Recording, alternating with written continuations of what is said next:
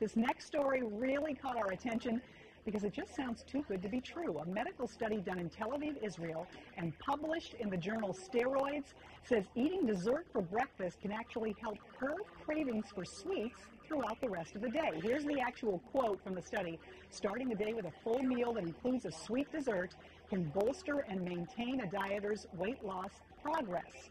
We decided to ask our weight loss coach, Charles D'Angelo, what he thinks about the finding. Now, I can actually see both sides here. It makes a little sense because you're giving something that's taboo, which hopefully will take that craving away, and then you can kind of progress through the rest of the day. What do you think? Understand the sense of deprivation idea, but I do not at all agree with the idea of feeding what for many people is an addiction by giving them something that they know they shouldn't have. Sometimes you have to treat this weight issue as if it's an addiction. You have to totally disconnect from those unhealthy foods. And by purporting that you can lose weight by having dessert for breakfast, you have to ask yourself, if you're losing weight and you're eating a piece of cake or Pop-Tarts or whatever your sweet dessert fill in the blank is for breakfast, what type of weight are you losing? So many people get off the real point. The point isn't weight loss, the point is health. So if you're not feeding your body in a nutritive way, but you're losing weight, what's the point of that? You're not maintaining your health. You're not doing anything to promote the idea of healthy eating and exercise. And in our culture, we find that people want instant gratification.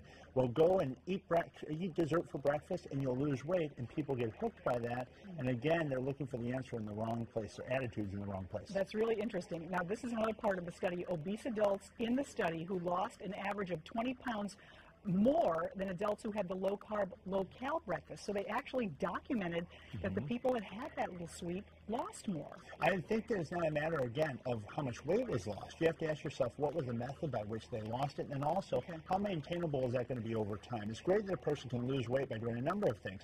You can do a liquid diet and lose weight, a lot of it, very quickly. But again, you have to ask yourself the next question. What's this going to mean for my lifestyle over time? And if you look at things as if you're never going to be able to have them again, there you fall into a trap. That idea of everything in moderation is okay once you're back to balance. But when a person's coming from a place of being totally out of balance, where they're 250, 300 pounds, 350 pounds, they have diabetes, they have hypertension, they're sick, and then they're saying, well, it's okay, though, to have these things, despite these illnesses, is out of the question in my practice and with the folks I work with. I don't allow for that. Now, it does spike the blood sugar, no doubt, the dessert.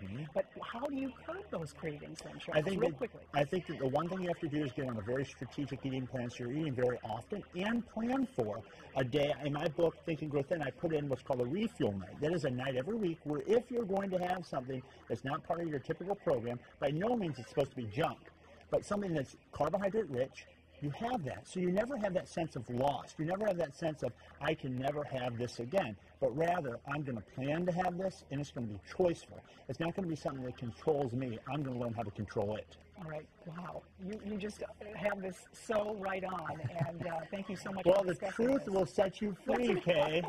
So exactly listen up and eat right and exercise. Right. There's no excuse for not doing that. That's right. There's no dessert for breakfast, Cindy. If you're, following Charles' advice. Bree, Chester, and I were in the Weather Center looking up at this video, just going, love this idea.